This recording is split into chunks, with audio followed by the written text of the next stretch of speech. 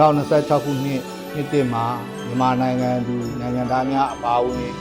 ကမ္ဘာသူကမ္ဘာသားများအားလုံးဆန္ဒနဲ့ဘဝတစ်ထက်တည်းကြကြပါစေတောင်းတလိုက်တိုင်းလူရဆန္ဒများပြေဝကြပါစေတက်ရှူတိုင်းငွေဝင်ကြပါစေလူသားအချင်းချင်းမေတ္တာတရားများတိုးပွားနိုင်ကြပါစေဝိက္ခာနေတော့မိသားစုများလည်းတစုတစည်းတည်းပြန်လည်စုံစည်းနိုင်ကြပါစေခုနှစ်ရတားများအားလုံးဘေးအန္တရာယ်ကင်းရှင်းကြပါစေရေမီးမင်းဖိုးသူမချစ်မနစ်တတ်တော်သူစတော့ရန်သူမျိုး၅ပါးတို့၏ဘေးရန်မှလည်းကင်းဝေးကြပါစေ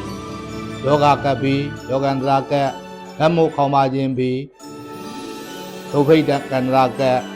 လက်နက်ကပ်ပြီးတတ္တန္တရာကပ်ဟူသောဘေးကြီး၃ပါးမှာကင်းဝေးကြပါစေကျမ်းမာချမ်းသာဘေးရန်ကင်းကွာ၍လူရဆန္ဒများပြည့်ဝကြပါစေရွှေမျိုးတို့ပျက်စီးခြင်းပျက်စီးခံရခြင်းညာတိပြတနာစိစိမ်ပျက်စီးခြင်းယောဂပြတနာယောဂကြောင့်ပျက်စီးခြင်းယောဂပြတနာကိုချင်းတီလာပျက်စီးခြင်းတီလာပြတနာ